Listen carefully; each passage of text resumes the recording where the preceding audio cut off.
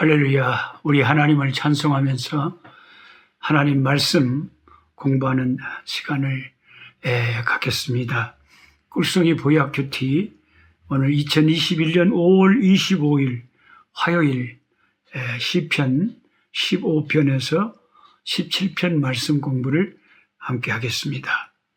특별히 주옥 같은 시편의 말씀들 다 여러분이 읽으시면서 은혜 받으시고, 저는 오늘 여러분과 함께 특별히 시편 16편, 그 16편을 중심으로 말씀을 좀 상고하겠습니다.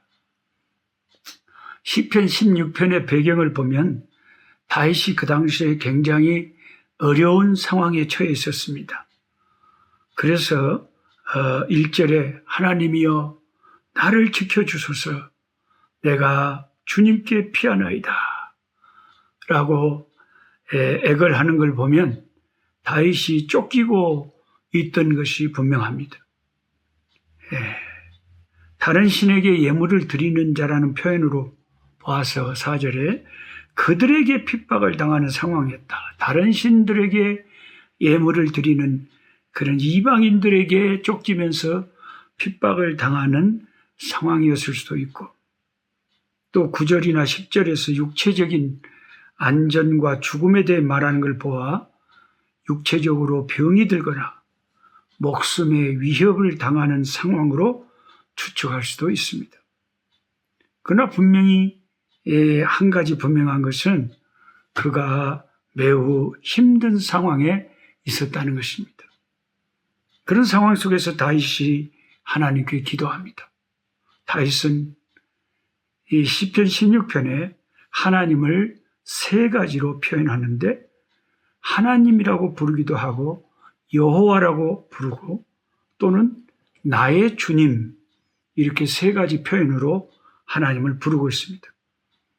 하나님은 많이 사용하는 일반적인 표현이고, 주님의 능력과 권능을 강조하는 표현이 하나님입니다.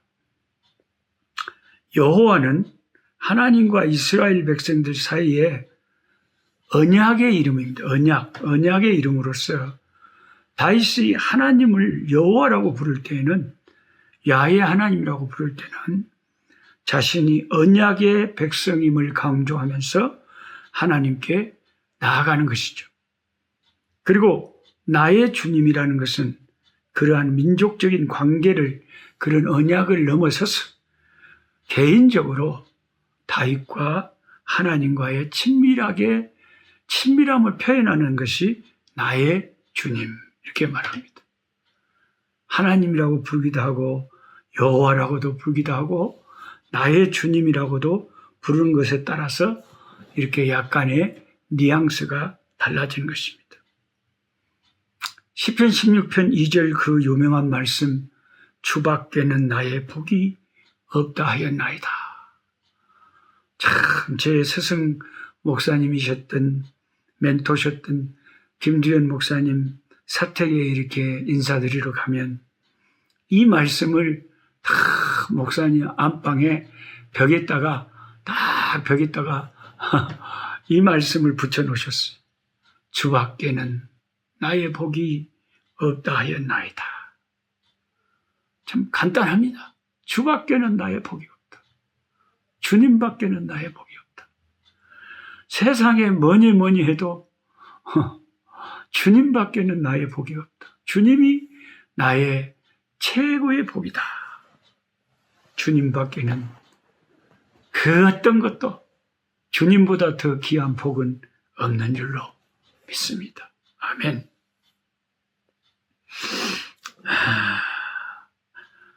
다윗은 주님밖에는 나의 복이 없다고 고백하면서 자신이 복되신 하나님에게 받았던 복에 대해서 세 가지를 시편 16편에 이야기합니다. 첫째는 성도의 복을 받았다고 했고, 둘째는 하나님이 채워주시고 공급해 주시는 복을 받았다고 간증하고, 셋째는 하나님의 지도와 인도하심을 받는 복을 받았다고 간증합니다. 3절에 땅에 있는 성도들은 존귀한 자들이니 나의 모든 즐거움이 그들에게 있도다. 그가 가장 먼저 언급한 복이 성도들의 복입니다.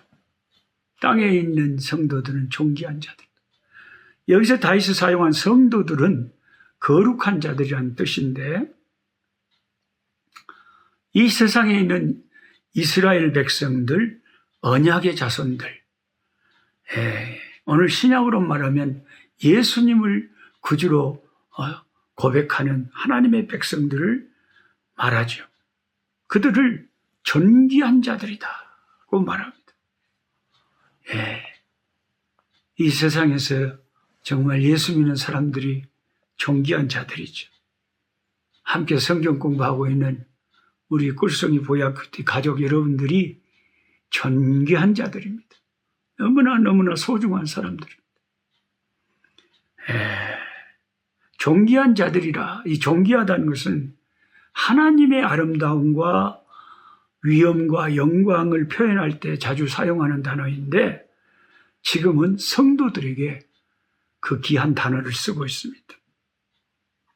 그들 안에 다윗의 모든 즐거움이 성도들에게 있다고 말합니다. 신약의 빌립보 성도들을 향해서 사도 바울은 빌립보 성도들아 나의 기쁨이 너희들이다. 너희가 나의 기쁨이요 면류관이다. 이렇게 바울은 빌립보 성도들이 자신의 기쁨이라고 말합니다. 다윗은 땅에 있는 존귀한 자들 성도들이 자기의 즐거움이 그들에게 있다고 말합니다.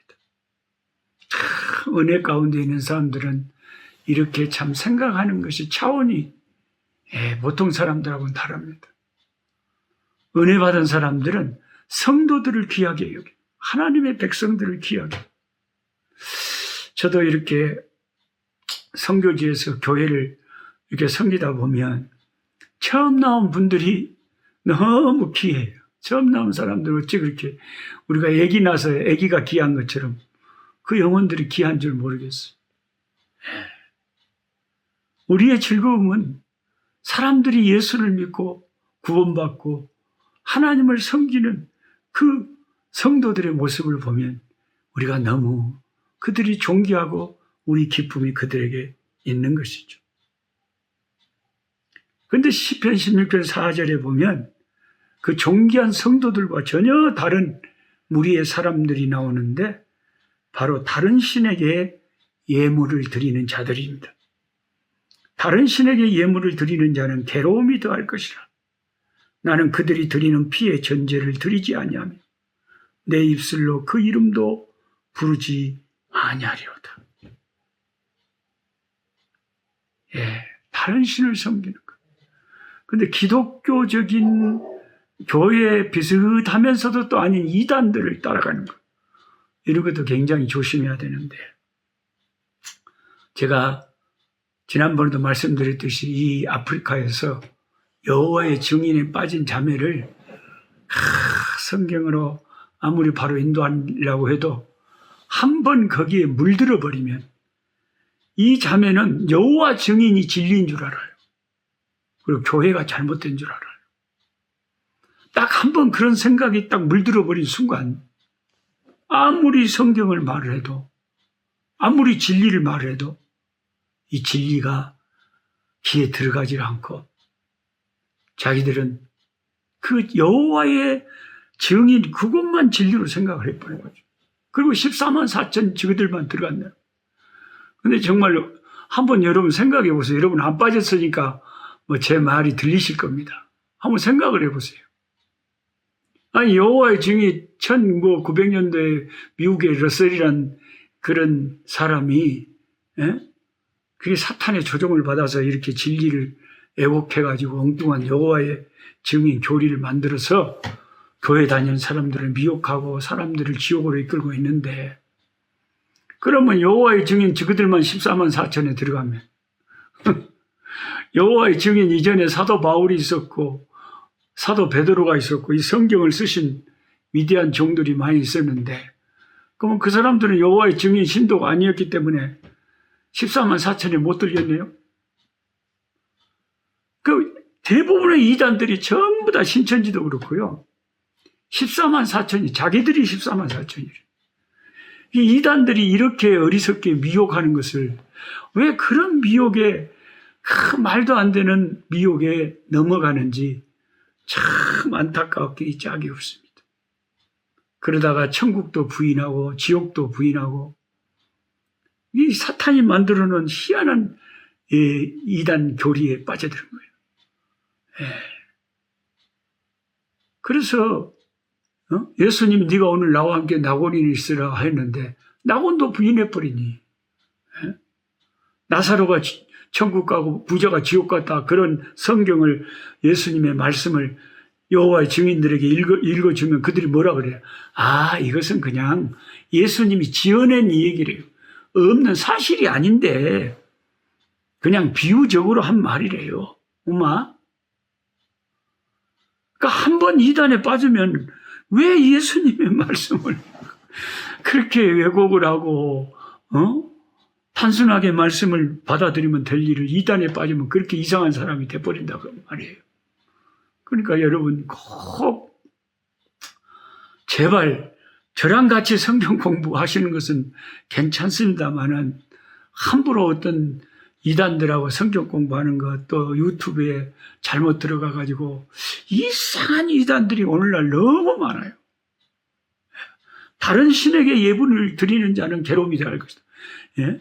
물론 무슨 불교의 우상 숭배를 하거나 모슬렘의 우상 숭배를 하거나 힌두교의 우상 숭배를 하거나 그런 것도 괴롭고 그것도 심판받을 일이지만 기독교라고 하는 이름, 성경이라고 하는 것을 펼쳐놓고 성경을 그냥 이상하게 애곡시켜버리고 잘못된 교리를 만드는 자들은 사도 바울의 표현대로 하늘에서 내려온 천사를 할지라도 저주를 받을 것이라고 했어요. 혹시 저랑 같이 지금 이 유튜브로 성경 공부하시는 여러분 가운데 혹시 바른 교회를 떠나서 이상한 무슨 이단에 성경 공부를 하거나 이단에 빠진 분이 있으면 꼭 돌아올 수 있기를 주님의 이름으로 부탁드립니다.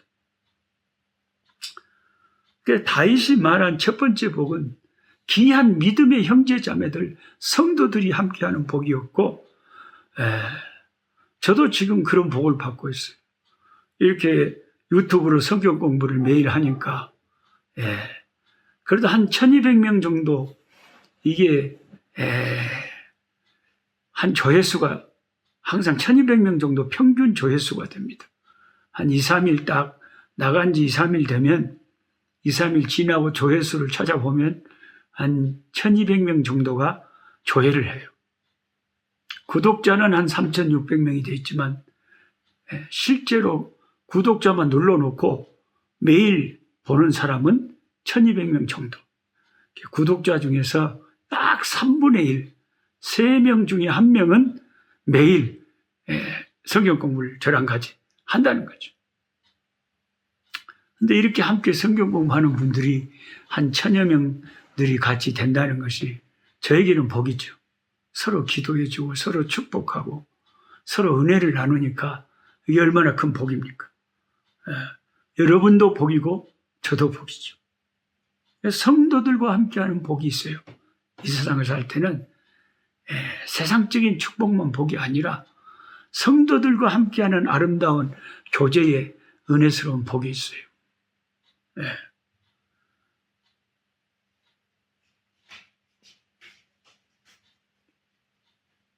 그 다음에 다윗이 말한 두 번째 복은 하나님의 공급하심이었어요.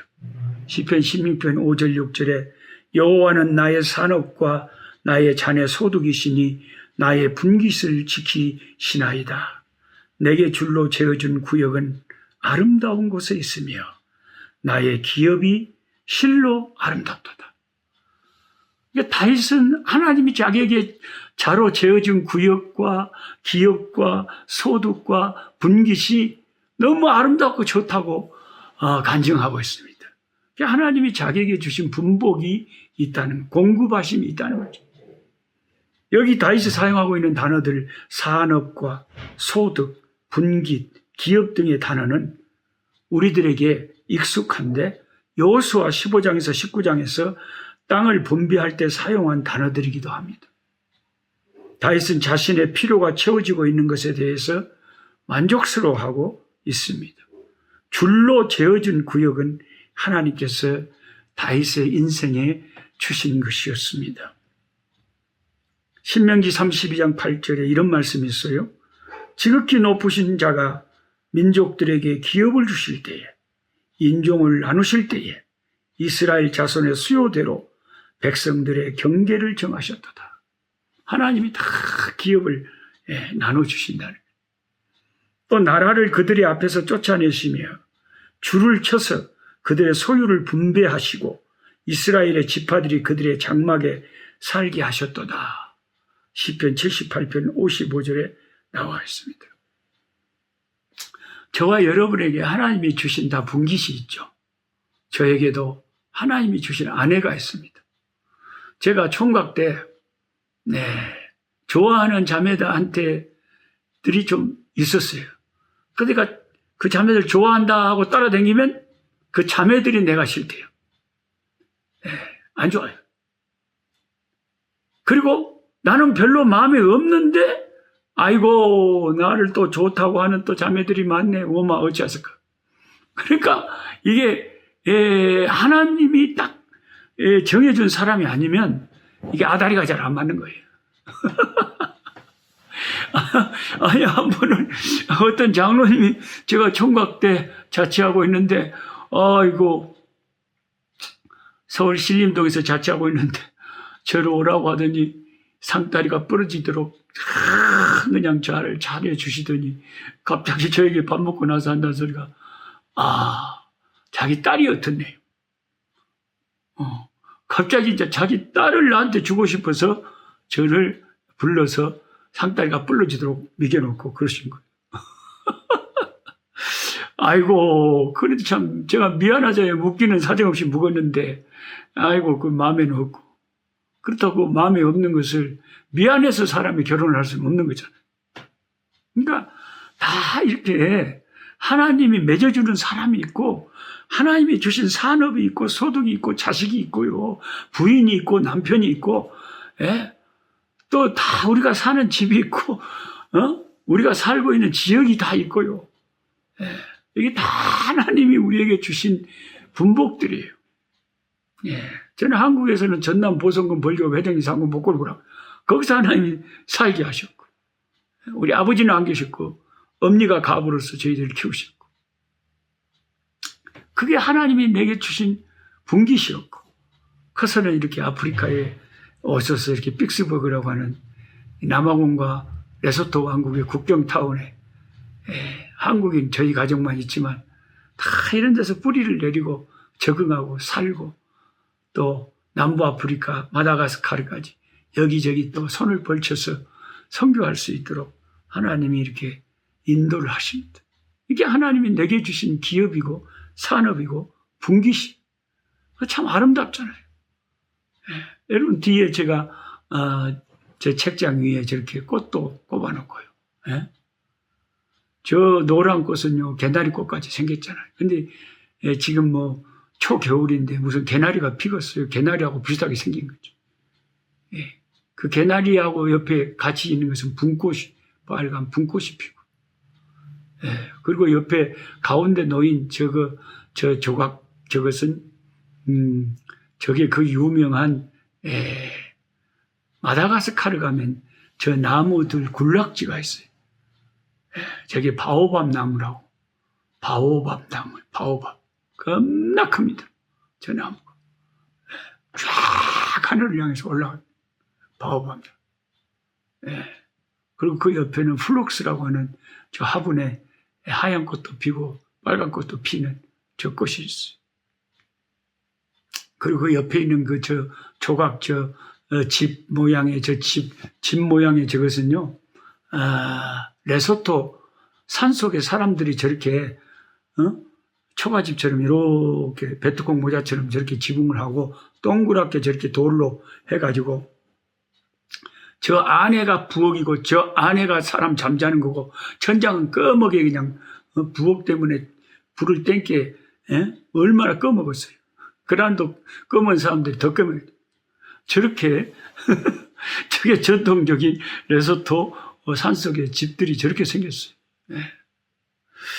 그럼 하나님이 저한테는 이곳에 자로 재워주가지고 여기서 살게 하시고 여기서 선교하게 하시고 여기서 하나님 일하고 살게 하세요. 3명의 한국 자녀들과 12명의 아프리카 자녀들 붙여주시고 그들을 또 함께 자녀로 키워 살게 하시고 하나님이 내게 주신 이런 기업들이 있다. 하나님이 여러분에게 주신 가정이 있고 자식이 있고 남편이 있고 부인이 있고 또 일터가 있고 이게 다 하나님이 우리에게 주신 복들이다 하는 것입니다. 세 번째 다윗이 말한 복은 하나님의 인도와 보호하심이었죠. 7절에 16편 7절에 나를 훈계하신 여호와를 송축할지라 밤마다 내 양심이 나를 교훈하도다. 하나님께서 다윗을 훈계하시고 권고하셨어요. 구약에서 밤이라는 시간은 뭔가 생각하고 묵상하고 사색하는 시간입니다. 그럼 밤마다 양심이 나를 교훈한다고 합니다. 양심은 하나님 우리에게 주신 마음의 율법이자 안전장치고 경고등과 같은 것이죠. 하나님은 말씀과 양심을 통해서 우리를 올바른 길로 인도하십니다. 8절에 내가 여호와를 항상 내 앞에 모시며 그가 나의 오른쪽에 계심으로 내가 흔들리지 아니하리로다. 다윗은 그 하나님을 앞에 모시고 또 그분이 나의 오른쪽에 있다고 말합니다. 앞에 계신 것은 다윗을 인도하신 하나님이시고 오른쪽에 계신 것은 그의 힘이 되시고 능력이 되시고 보호가 되어 주신 하나님이십니다. 그러므로 흔들리지 않을 것이라고 확신합니다. 우리는 오늘 시편 16편 말씀을 읽으면서 다윗이 정말 주목하고 있는 것이 하나님께로부터 받은 복이 아니라 그 복을 주신 하나님 자신에게 집중하고 있는 것을 알 수 있습니다. 그는 존귀한 성도들에게 대해 말하면서 다른 신에게 예물을 드린 자는 괴로울 거라고 했습니다. 다윗은 하나님 안에서 하나님을 기뻐합니다. 9절에 나의 마음이 기쁘고 나의 영도 즐거워하며 내 육체도 안전히 살리라. 주를 생각하면 평강과 기쁨이 찾아온다는 것입니다. 10절에는 주님께서 내 영혼을 수월에 버리지 아니하시며 주의 거룩한 자를 멸망시키지 않으실 것입니다. 여기 멸망시키지 않는다. 이것은 썩지 않게 한다는 거죠. 쉽게 말하면 하나님께서 부활의 축복, 영생의 축복을 주실 것을 구약의 사람 다윗이 성령에 감동돼서 이렇게 고백하고 있는 것입니다. 베드로가 이런 다윗의 시편에 대해서 언급하면서 사도행전 2장 29절부터 이렇게 말했죠. 형제들아 내가 조상 다윗에 대하여 담대히 말할 수 있노니 다윗이 죽어 장사되어 그 묘가 오늘까지 우리 중에 있도다. 그는 선지자라. 알고 미리 본고로 그리스도의 부활을 말하되 그가 음부의 버림이 되지 않고 그의 육신이 썩음을 당하지 아니하라 하더니 이 예수를 하나님이 살리신지라 우리가 다 이 일의 증인이로다 하면서 다윗의 시편을 인용해서 베드로가 예수님의 부활을 초대교회에서 많은 유대인들에게 증거했던 것입니다. 사도행전 13장에는 또 다른 시편에 일렀으되 주의 거룩한 자로 썩음을 당하지 않게 하시라. 여기 주의 거룩한 자를 멸망시키지 않는다. 주의 거룩한 자를 썩음을 당하지 않게 한다. 근데 이것은 곧 부활을 말합니다. 우리 육신이 다 썩지만은 썩음을 당치 않게 한다 이 말은 우리에게는 부활의 소망, 다시 죽어도 사는 소망이 있다는 것을 구약의 다윗이 놀랍게도 말하고 있습니다. 우리는 망하지 않는다. 우리는 영생한다. 11절에 시편 16편 11절에 주께서 생명의 길, 영원한 사는 생명의 길, 영생의 길을 내게 보이시리니 주의 앞에는 충만한 기쁨이 있고 주의 오른쪽에는 영원한 즐거움이 있나이다. 주님 앞에는 기쁨이 있고 주님의 오른쪽에는 영원한 즐거움이 있대요. 그러니까 주님을 가까이 할수록 우리에게는 기쁨과 즐거움이 넘쳐날 수밖에 없는 것입니다. 우리 인생의 참된 복은 주 예수입니다. 주 예수밖에는 참된 복이 없음을 우리도 시편 16편의 다윗처럼 고백하게 됩니다. 하나님 아버지, 오늘도 감사합니다. 이 종은 아프리카에서, 또 함께 성경 공부하고 있는 많은 분들은 미국에서, 두바이에서, 일본에서, 한국의 각처에서, 세계 곳곳에서 아버지께서 차로 재어준 구역에서 하나님이 주신 분깃을 따라 만족하고 감사하고 주님 주시는 평강과 기쁨을 가지고 살게 하시니 감사합니다. 하나님 밖에는 우리에게 참 복이 없습니다. 다른 신을 섬기는 자는 괴로움이 더할 것입니다. 하나님, 이단에 빠진 자들 구출하여 주시옵시고 하나님 말씀을 잘 스스로 깨닫고 바로 공부하고 바로 알아서 이 말세지말 미혹의 시대에 이단에 빠지지 않고 은혜로운 신앙생활 잘할 수 있도록 인도하여 주시옵소서. 예수님의 이름으로 기도하옵나이다. 아멘. 약한 자 힘주시고 강한 자 바르게 주 함자 정태